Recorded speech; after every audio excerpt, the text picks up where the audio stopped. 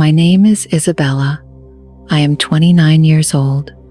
I work for Mr. Albert Thorne. He is the CEO. I am his new secretary. This is my biggest job. I feel very nervous every day. My life is quiet. I live in a small apartment. I eat dinner alone every night. I have no family here. I have no close friends.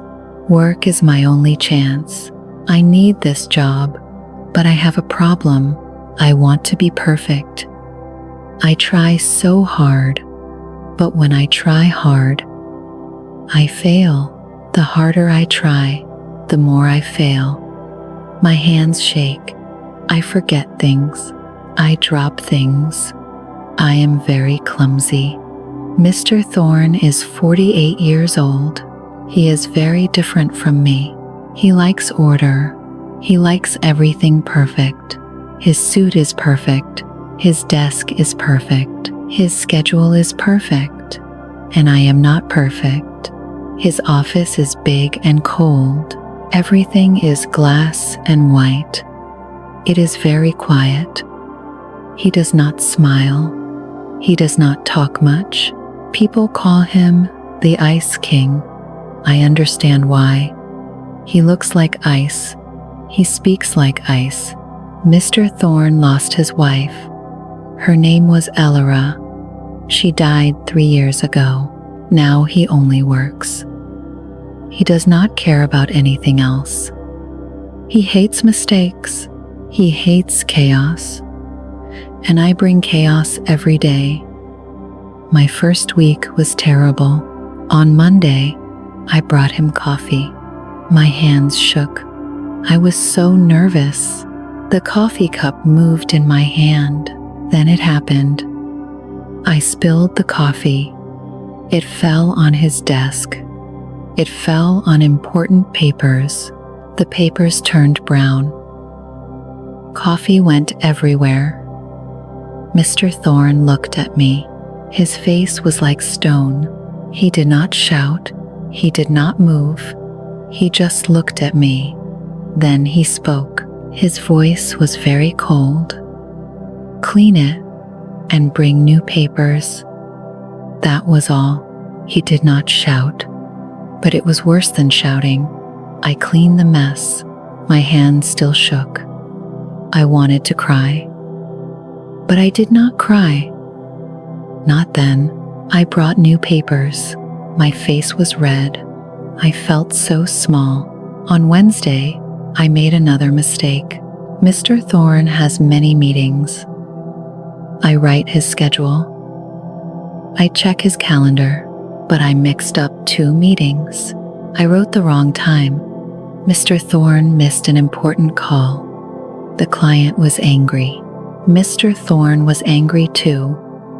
He called me to his office. "Miss Evans," he said. His voice was ice. "You missed the Chen call. That call was very important. Can you do your job?" I could not speak. I just said sorry. I said sorry many times. He looked at me for a long time. His eyes were cold. Then he said, "Go." I went to the break room. I was alone. Then I cried. I cried hard. I put my face in my hands. He will fire me, I thought. I know it. I am a failure. I cannot do anything right. I thought about my small apartment. I thought about being alone again. I thought about losing this job. I had no other options. I needed this job. This was my only chance. But Mr. Thorne did not fire me. Not that day. He just stopped talking to me. He only spoke when he needed something. He looked at me like I was a problem. And I was. I was a big problem. Every day I woke up scared. Every day I went to work. Every day I tried to be perfect. And every day I failed. I spilled things. I forgot things. I said the wrong words. Mr. Thorne just watched me. His face never changed. He was made of ice, and I was just a clumsy girl. I did not belong in his perfect world. I was sure of one thing: he would fire me soon, very soon. 2 weeks later, Mr. Thorne called me to his office. I walked in slowly. My heart beat fast. "Yes, Mr. Thorne?" I said. He looked up from his papers. "Miss Evans, I need you to book a trip. I go to London next week. This is very important. I meet big investors there. The biggest meeting of the year." My hands went cold. A big trip, big investors. This was very important. I could not fail. "Not this time. I need a flight on Tuesday morning," he said. "Book the Savoy Hotel. Write everything down. Do not make mistakes." His eyes looked at me. They were hard. "Do you understand?" "Yes, Mr. Thorne," I said. "I understand." I went back to my desk. I sat down.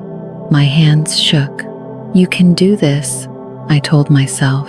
"Just be careful. Just check everything." I opened my computer. I found the flight. Flight BA 212. Tuesday morning, 9 o'clock. I wrote it down. I checked it. Then I booked it. I felt sick. My stomach hurt. Then I booked the hotel. The Savoy Hotel. 3 nights. I wrote everything down on paper.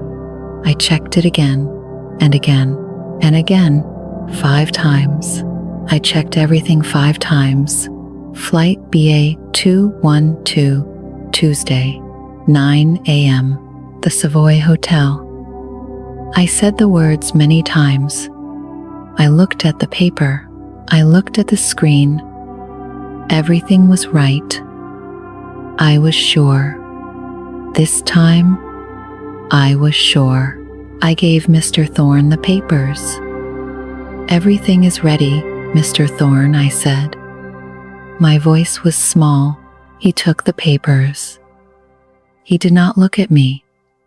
He just said, "Good." That was all. Tuesday came. The day of the trip. I woke up early. I felt better today. I did it right. I checked everything 5 times. Mr. Thorne would go to London. He would meet the investors. Everything would be fine. I went to work. I made coffee. I did not spill it. I sat at my desk. I smiled a little.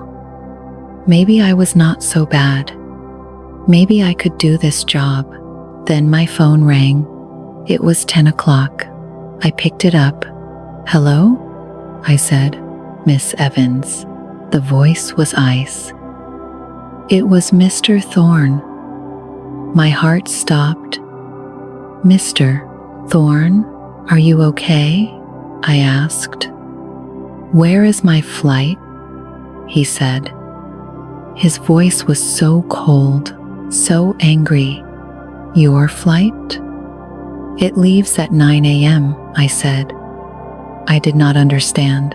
"It is 9 a.m. now," he said. "I am at the airport, but my ticket is for tomorrow, Wednesday, not Tuesday."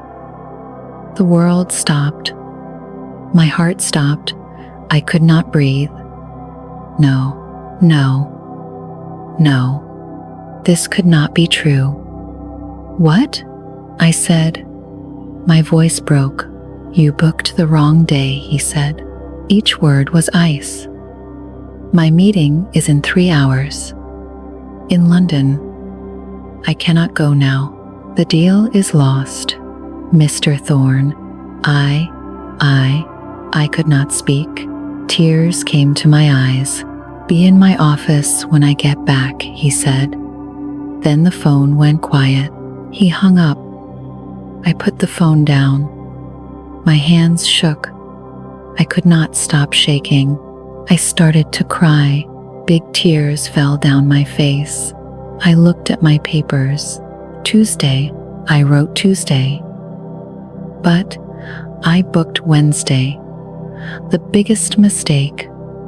The worst mistake. I ruined everything. I went to my desk. I took my things. I put them in a box. Photos. A plant. My cup. I was finished. Mr. Thorne would fire me. I knew it. This was the end. I waited in his office. I sat in the chair. I could not stop crying. My eyes were red. My face was wet. I held the box on my legs. I waited for 2 hours, 2 terrible hours. Then the door opened. Mr. Thorne walked in. He looked so tired. His face was angry. His eyes were hard. He saw me sitting there. He saw the box. He saw my tears. He stood there. He said nothing. I could not wait. Mr. Thorne, I said. My voice broke. I am so sorry. I am so sorry. I will pack my things. I am a failure. I know it. I cannot do anything right. He looked at me. He looked at my face. I was 29 years old. I was crying like a child. I felt so small, so stupid, so broken. He closed his eyes. He took a deep breath. Then he spoke. "Stop crying," he said. His voice was still hard, but something was different. The anger was less. "Go home." I looked up. "What?" I said. "Go home, Miss Evans. You are not firing me?" I could not believe it. He walked to his desk. He sat down. He looked so tired. "I lost the client," he said. "Firing you will not bring them back. I am too tired to fire you. Just go. We will talk tomorrow." I could not move. I could not understand. He should fire me. I wanted him to fire me. It would be easier, but he said no. He said go home. But I started. "Go," he said. He did not look at me. "Please." I stood up. I took my box. I walked to the door. I stopped. "I am sorry," I said again. My voice was very small. He did not answer. I left. I went home. I cried all night. I did not understand. Why did he not fire me? It made no sense. I ruined everything. The biggest meeting of the year. Lost because of me. But he let me stay. Why? I could not sleep. I just thought about his tired face, his tired voice. "I am too tired to fire you." What did that mean? I did not know. I was confused. I was scared. But something felt strange. Something felt different. For the first time, Mr. Thorne felt like a person, not ice. Just a tired, sad person. Tomorrow I would go back. Tomorrow we would talk. I was so scared, but I had to go. I had to face him. I had to try one more time. The next morning, I went to work. I felt like a ghost. I walked through the door. People looked at me. They knew. Everyone knew about the mistake. I heard whispers. I kept my head down. I sat at my desk. I did not do much work. I just waited. I waited for Mr. Thorne to call me. I waited to be fired. The hours passed so slowly. Every minute felt like an hour. Lunch came. I did not eat. I could not eat. My stomach was closed. I just sat there. I looked at my computer screen. I saw nothing. The afternoon came. Still nothing. Mr. Thorne did not call me. He did not come out of his office. The door stayed closed. I waited and waited. 5 o'clock came. People started to leave. They took their bags. They said goodbye. I stayed at my desk. I could not leave. Not until he called me. At 6 o'clock, the office was empty. Just me and Mr. Thorne behind his closed door. Then I heard his voice. "Miss Evans, come in." I stood up. My legs shook. I walked to his door. I knocked softly. "Come in," he said again. I opened the door. I walked inside. Mr. Thorne sat at his desk. He looked tired, very tired. His tie was loose. His jacket was on the chair. I had never seen him like this. He looked human. "Sit down," he said. I sat down. I put my hands on my legs. I did not look at him. "Why did you make that mistake?" he asked. His voice was tired, not angry, just tired. I did not know what to say. I opened my mouth. Then I closed it. Then I spoke. The truth came out. I was so scared of failing, I said. My voice was very small, so I failed. I checked everything 5 times. I checked and checked, but I was just scared. I am always scared. He looked at me, really looked at me, not like before. This was different. He saw me, not just the clumsy secretary. He saw the scared girl inside. He was quiet for a long time. Then he spoke. "My wife, Elara," he said. His voice was soft now. "She was like that." I looked up. He never talked about his wife. Never. "She tried so hard to be perfect," he said. "For everyone. For me. For her family. For her friends. She worried about every small thing. Every little thing. It made her so tired." He looked at the window. His eyes were far away. She could not stop worrying. She could not stop trying, and it made her sick. I did not speak. I just listened. This was the first time he was not the Ice King. He was just Albert, a man who lost someone, a man who was sad. He looked back at me. "I will not fire you, Miss Evans," he said. I could not believe it, but the deal. I said, "You will fix this," he said. "You will call the client. You will apologize. I will help you write the email, and I will teach you. I will teach you how to check details properly, how to stay calm, how to organize." Tears came to my eyes again, but not sad tears, different tears. "Thank you," I said. "Thank you, Mr. Thorne." "Call me Albert," he said.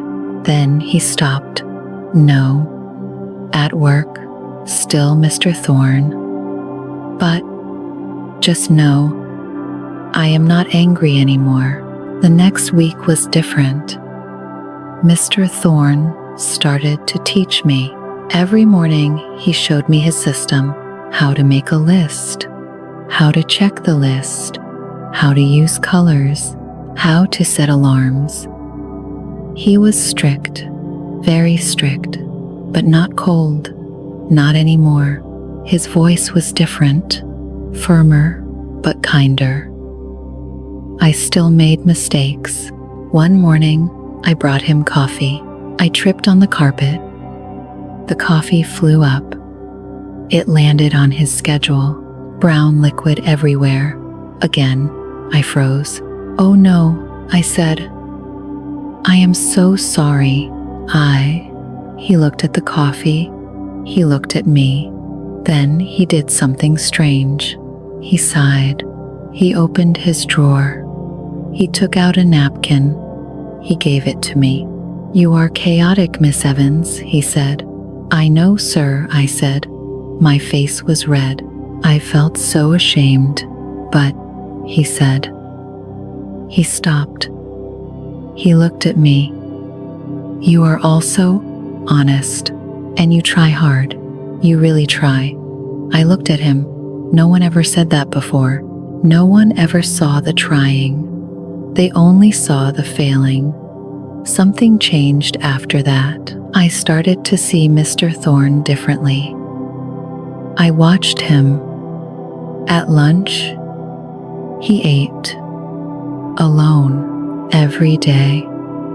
The same meal, a sandwich, an apple, water. He sat at his desk. He did not talk to anyone. He had no friends here. No one came to his office just to talk. He was alone, just like me. One day, I brought him tea instead of coffee. He looked surprised. "I thought you might want tea today," I said. "It is cold outside." He looked at the tea. Then he looked at me. "Thank you, Miss Evans," he said. His voice was soft, almost warm. "You are welcome, Mr. Thorne," I said. I smiled a little. He smiled back, just a small smile. But it was there. The ice was melting, slowly, very slowly. But it was melting. 3 weeks passed. Things were better. Mr. Thorne and I worked together every day. He taught me. I learned. I still made mistakes, but fewer mistakes now. Smaller mistakes.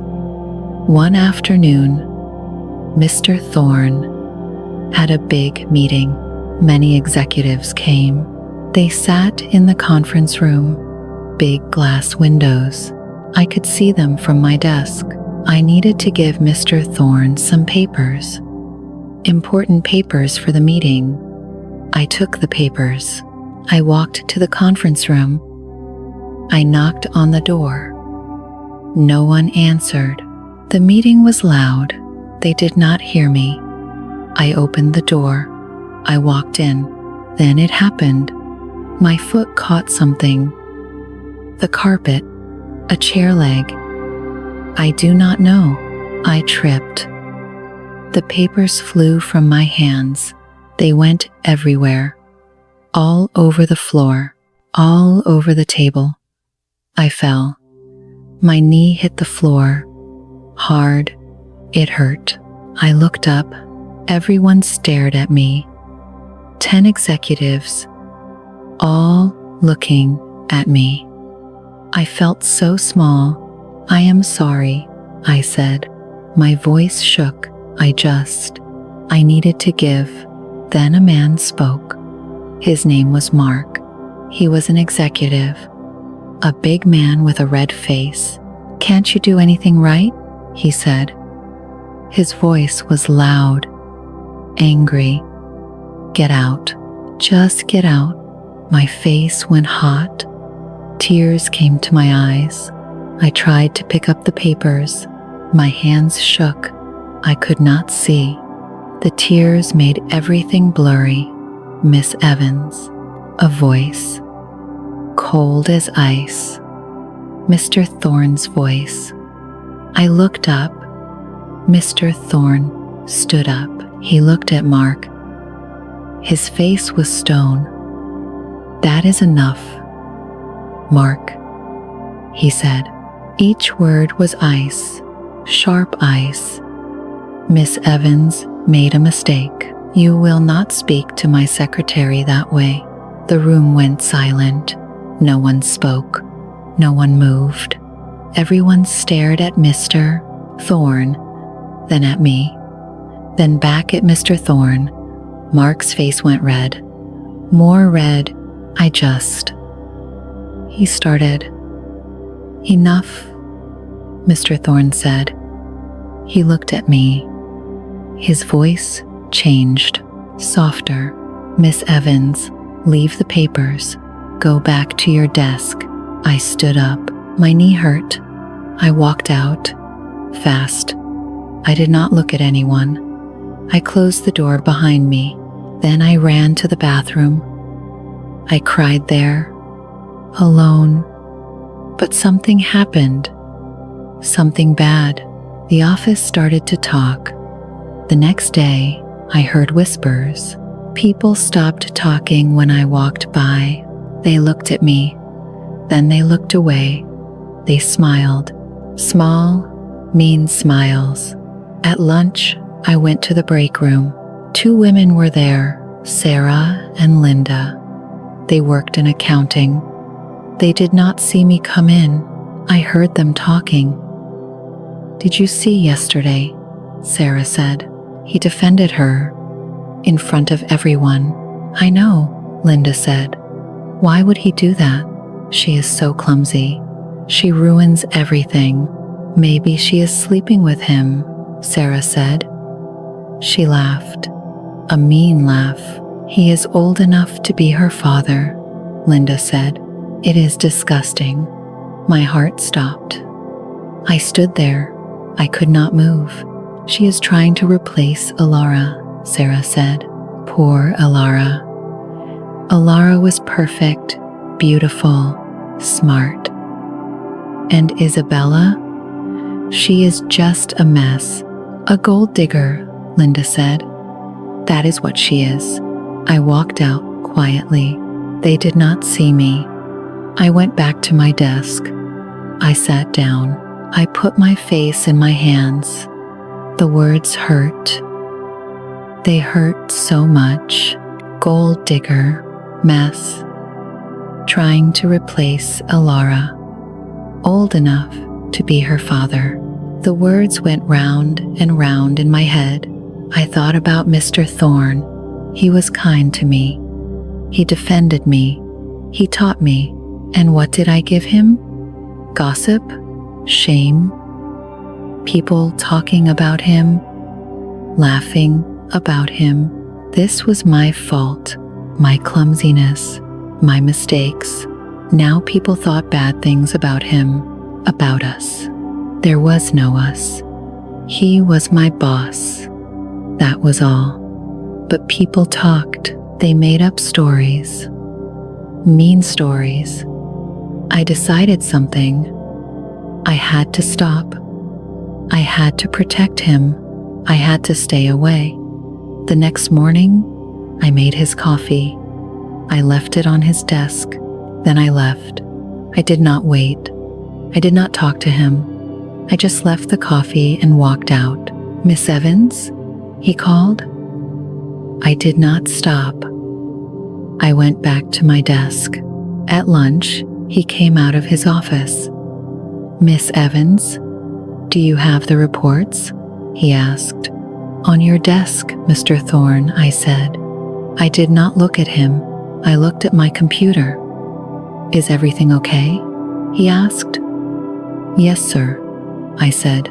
Everything is fine, but it was not fine. Nothing was fine. I stopped talking to him. I did my work. I left papers on his desk. I sent emails. But I did not go into his office. I did not bring him tea. I did not smile. I became invisible again, like before, a ghost. Days passed. Mr. Thorne noticed. I saw it in his face. He looked confused, then hurt. He tried to talk to me. I gave short answers. Yes. No. I will do it. The warmth we had was gone. The ice wall came back. He stopped teaching me. He stopped talking. His voice became cold again. The Ice King returned. I did this I pushed him away, but I had to. People were talking. They were saying terrible things. I had to protect him, even if it hurt, even if I missed him, even if my heart broke a little more each day. This was better. This was right. He deserved better than a clumsy, messy secretary, better than the gossip, better than me. 2 weeks later, Mr. Thorne called me to his office. I walked in slowly. He looked at me. His face was serious. "Miss Evans," he said, "the company has a charity gala next Friday. I must attend. You will come with me. It is part of your job." My heart stopped. A gala with him all night. Everyone would be there. Everyone would see us. Everyone would talk. I have to come? I asked. "Yes," he said. "All secretaries attend with their executives. It is required." I could not say no. "Yes, Mr. Thorne," I said. My voice was very small. Friday came too fast. I put on a simple black dress. I looked in the mirror. I did not look right. The other women would be beautiful. Perfect. I was just me, plain, clumsy, wrong. The gala was at a big hotel. So many people, so much light. Music played. Everyone wore expensive clothes. I felt so small, so out of place. Mr. Thorne stood next to me. He wore a black suit. He looked perfect. Like always, I stood beside him. I tried to be invisible. I tried not to trip, not to spill anything, not to embarrass him. A waiter walked by with drinks. I took one. My hand shook. The glass moved. I almost dropped it. I held it with both hands. My face went red. Women looked at me. Beautiful women in beautiful dresses. They whispered to each other. They looked at me, then at Mr. Thorne. Then they smiled, mean smiles. I knew what they thought. I knew what they said. Mr. Thorne talked to people, important people, investors, other executives. I just stood there, quiet, trying to be invisible. Then Mark came over. The rude executive. He had a drink in his hand. He smiled at Mr. Thorne. "Albert," he said, "nice speech earlier." "Thank you, Mark," Mr. Thorne said. His voice was cold. Mark looked at me. His smile grew bigger, meaner. "Just make sure your assistant does not trip on her way to the car," he said. Some people heard. They laughed, small laughs, quiet laughs, but I heard them. Each laugh was a knife. I wanted to disappear. I wanted the floor to open. I wanted to run away. Mr. Thorne put his glass down. Slowly, he looked at Mark. His face was stone. "Mark," he said. His voice was ice. "You are right. My heart broke." He agreed. He thought I was a disaster too. "Miss Evans is clumsy," Mr. Thorne said. More people stopped talking. They listened. She books flights on the wrong day. She spills coffee. She is probably the most disorganized secretary I ever had. Tears came to my eyes. I could not look at him. This was it. He was done with me, in front of everyone. But then his voice changed. It became softer, warmer. "But she is also the most honest person I know," he said. "She has more heart than anyone in this room. She has more kindness." I looked up. He was looking at me now. Not at Mark, at me. I lost my wife 3 years ago, he said. People were very quiet now. For 3 years, my life was gray, empty, cold. Then Miss Evans came. She is messy. She is chaotic. But she is also colorful. She is life. My heart beat so fast, I could not breathe. I would rather have one clumsy, honest moment with her, he said, than a lifetime of cold perfection with people like you, Mark. He turned to me. He took my hand. In front of everyone, she is not my secretary tonight, he said. She is my date. The room was silent. Everyone stared. I could not move. I could not speak. Mr. Thorne walked away. He still held my hand. We walked through the crowd. People moved. They said nothing. We went to the balcony, outside, away from everyone. The night air was cool. I could breathe again, but I was shaking. My whole body shook. "This is wrong," I whispered. Tears fell down my face. The age. You are my boss. I am a disaster. I do not care, he said. He turned to me. He held both my hands. I do not care what they say. I only care about you. But, I said, I do not want order anymore, Isabella, he said. My name. He said my name. Not Miss Evans.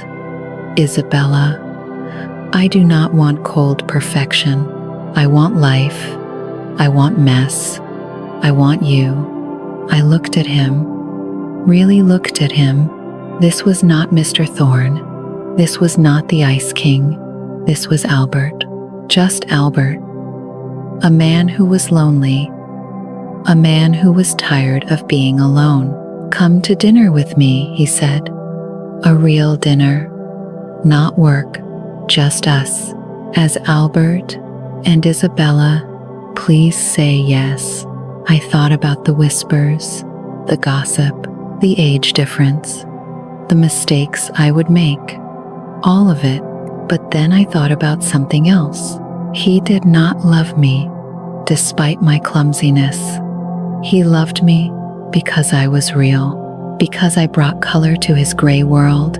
He saw me, all of me, the mess, the mistakes, the trying, and he loved it. He loved me. Yes, I said. Yes, Albert. He smiled, a real smile, warm and bright. He pulled me close. He held me. And for the first time in my life, I felt like I was home.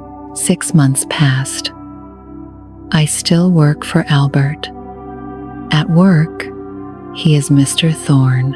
After work, he is just Albert, my Albert. This morning, I brought him coffee. I tripped. The coffee spilled on his desk. Again, I looked at him. He laughed. He gave me a napkin.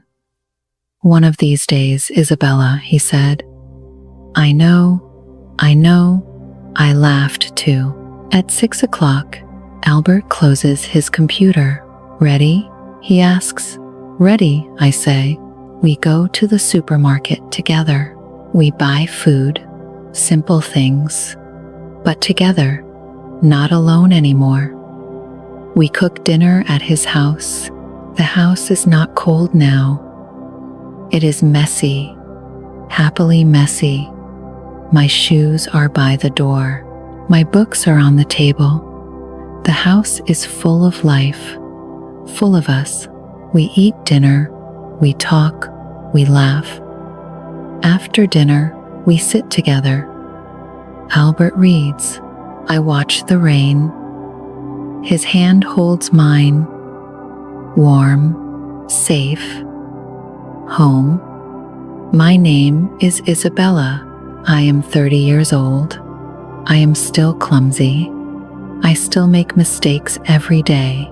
But Albert does not mind. He loves me, all of me, the mess, the chaos, everything.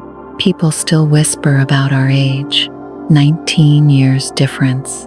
They say it is wrong. We do not listen. Love does not see age. Love does not see perfection. Love sees the heart. My heart sees his heart sees mine. For so long I was alone. I was scared, but not anymore. Now I have Albert. He has me. We have our messy, imperfect, beautiful life together. I am finally home.